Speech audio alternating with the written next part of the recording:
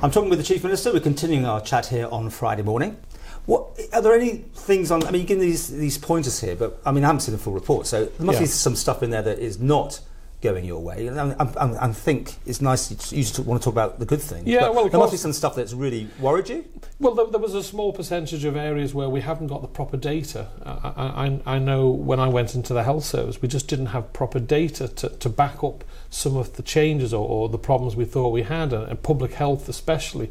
We put a new person in charge of public health, and they said their first job was building up proper data of what affected the Isle of Man. I think when I came into government and into the health service, we didn't properly register anymore the cause of deaths, for example. So the gathering of data has been one of the main causes, or not having the proper data has been one of the main causes for the areas where we're not as confident on delivering in other areas, but it is in a much smaller percentage than the areas where it's green. You know, we've used the green, amber, red situation. So 70% is green, amber is low 20s, and then you've got a small area that is red, and we are concerned about it, but we've acknowledged we're concerned about it, and we're working. So there's less reds than there were? Yeah. Traffic lights? Well, I mean, if you, any business, whether you're government, whether you're a media company, window cleaning, finance sector, you have targets, and some areas you will succeed in, and other areas you might have difficulties. And I think when you're 3/4 nearly on target and going well, that's not bad, and I think that shows that we are getting on with it. I think what an awful lot of people who've discussed this document with me were impressed with was that politicians actually had their names against the delivery, so they took responsibility for ensuring that it actually happened. That's not happened before. You've got Chris Thomas overlooking this, isn't it? Yeah, he's a numbers man, isn't he? He is. He's the sort of perfect person. If you analyse anyone in government, who would be the best person to deal with this sort of document? I believe in trying to put square pegs in square holes. And have you got the team you want?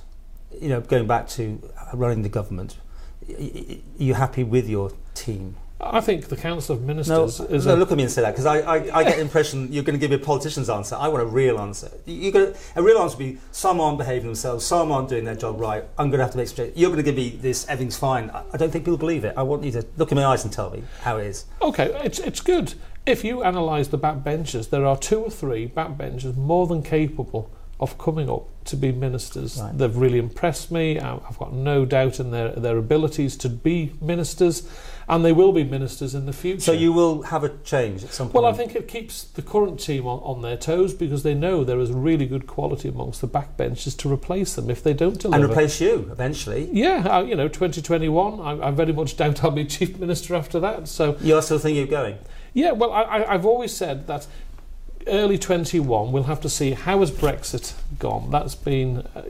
That takes the most amount of my work in this job, and it's key that if it's done and dusted, then I can think. Good luck on that one. Yes, and if it's not, we could be talking about this for another 10 years. We could indeed, yeah. Okay, the sort of schools out signs going up, and I mean this only in a flippant way. Yeah. That there's no Tibble now till October, so the people gets perception is that you're now on a big holiday. Yeah. Wish it was true. Are you on holiday? This is your chance to say you're working every day. You're at office. Well, everyone's going to say, "Oh, well, he would say that, wouldn't he?" Well, I'll let you off that one, because clearly you don't go for 3 months. But what happens? Well, it's business as usual. Government just doesn't suddenly stop. I've got my own cabinet office meetings regularly. I've got the National Strategy Group. I've got Brexit meetings, so I still go off to see the government in Westminster. I've got in end of September, I've got the Conservative and Labour Party conferences, which we always go to with numerous meetings there. And I tend to take, where my Tuesdays suddenly become free, we try in the period between now and Tibble starting in, if I do have any spare time, I try and get out and meet companies, organisations on the Isle of Man, just to get their feedback, see what's going on. How are you feeling? Are you okay in the job? You're enjoying it still? Yeah, well, as I've always said, this is a great honour. You know, I don't get a chance to think about it sometimes, about being in this position, but you get days like Tynwald Day and you think, here I am, a lad from Barrow, Michael, living on a small holding, now Chief Minister of the Isle of Man. It's a great honour, and I never forget that. And everything I do is for the benefit of this island. That's why I stood. It's not, I've always said, back to your earlier comment, this was never a long-term career for me. This was to come in, help the Isle of Man through a really tough, difficult power period. corrupts. We'll see what happens. We'll see if you don't stand. I think if you speak to people that know me well, Paul, they'll agree. I'm still the same person who came in. You can get back into amateur dramatics. We can do a revival of Jesus Christ Superstar. Yeah. He was Simon, I was Peter. That's a long time ago. Before we finish, Guernsey, I don't know if you're up to speed on the thing about they've changed their views on open skies and closed skies. I don't know if you're up to speed. Well, I know they're looking at it at the moment. Yeah. They passed it, have they? Because they looked to our model and, which is interesting, because they did have a very closed shop. Well, they had a closed shop and they invested in their own. And in fact, when I went down to the British Irish Council, I was on one of their planes going in there. Yeah. Lost £5 million last year. Yeah, losing heavily, 5 to 7 million a year sort of thing. So you're still comfortable we are on the right model?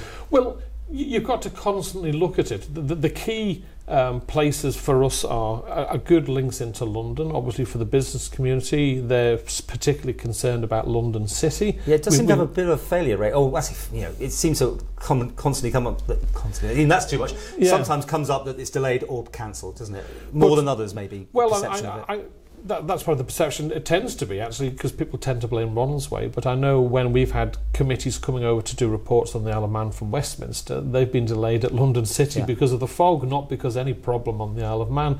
So I think, yes, you've got to constantly look at the concerns of connectivity for business people who need to go around the world, and I personally like the Gatwick service. It's very handy for me to get Gatwick Express into Victoria and then Shanks. But of course, that did see the end of Flybe because EasyJet sort of made it so ridiculously cheaper, didn't it? And they saw off their competitors. That's an open skies policy. I should point out, Guernsey leaving Arini with Gatwick and Heathrow, whatever sort of thing. They're keeping their two of them as closed. Key one. And obviously Liverpool and Manchester for all our patients going into, whether it be Aintree, Moulton, Liverpool General, etc. We should never say never to anything, Paul, when it comes to our connectivity. Now, obviously, we've seized the nettle. One of our programme for government objectives was to ensure our strategic links with the UK are preserved. We've done that with the sea side of things, but the airport, our current policy is open skies. I'm not saying it will always be that. No. You react to situations. Sure. It's just gone up to 10 years since they approved the new air traffic control system down there by the new building. Have you ever been held up in those delays? Because I've never, at Ronaldsway, I know they've now got the improvements in place. Are you happy with what's going on down there? And I've never have you ever been caught up? I've never been held up with delays with security. The radar. No, security. I travel nearly every other week, and I think the longest I've been was 45 minutes. I timed it on purpose. But it should be rectified by now, I think, isn't it? Well, they're working on it. They're putting an additional machine in, they're altering the flow, etc. I think the problem was, from what I've been told, we're using bigger planes and they were going at the same time. So smaller planes, smaller numbers can get through. But you do have an awful lot of people who do leave it to the last half hour and then expect to sail through. I'm always down there an hour before, because with iPads nowadays you can work in the lounge just as much as from home or in your office. So I get down there an hour before, and touch wood. And these flights will still be carrying on during the summer. I mean, your meetings, your Brexit stuff. Yeah. And are you getting anywhere? I mean, people are coming and going left, right, centre. I mean, you make your contacts, and then the next minute they've left. If you look at the white papers that come out on deals, it's been agreed that during the transition period, the Isle of Man will be included in the customs union with the UK. Now, it was small print, but if that hadn't... Right at the back. But if that hadn't have been in it, Paul, it would have meant that you and me, anyone watching this, going to Liverpool, Heysham, or any airport off the island or port off the Isle of Man, would have had to have gone through customs because we didn't have that agreement with the European Union. Do we get the new passports here at the same time as the UK, going back to the blue ones? Yeah. Will that all happen? That will all happen. Whatever that's being worked on at the moment with our immigration team in the Cabinet Office. So there's lots going on behind the scenes. So DEFRA regularly send over officers to meet their UK counterparts to have an understanding of what their thinking is. And we have to prepare for a hard Brexit. I hope we don't get a hard Brexit, because it could damage our manufacturing sector. especially, and 90% of our fisheries products. And that would affect flights to Ireland, for instance, from here, would it? You'd have to be an actual. Well, if it's hard, you'd have to go through customs. Yeah, and there's all sorts of sabre rattling that we're not going to be allowed to fly over you, but that's going to go on right to the last minute. I think we've had enough of that. If we get the white paper through that the Prime Minister, Mrs May, has brought forward, then we will not have a hard Brexit. There'll be a tariff-free zone between the EU and the United Kingdom, including the Isle of Man. This will go on and on and on. I mean, we're at 555 days. We'll talk it, no doubt. We'll be at 1,000 before you know it. Yeah. And well, I've always described Brexit as like Manannan's cloak. There's a fog everywhere at the moment. No one really knows where it's going to go, but all of a sudden it will lift, Paul. And my job is making sure that our civil servants looking after the various sectors of the island economy know their UK counterpart, know the latest thinking. I've got a good working relationship with the key people so that when it does suddenly lift, we can move quickly and have the island as well prepared as possible.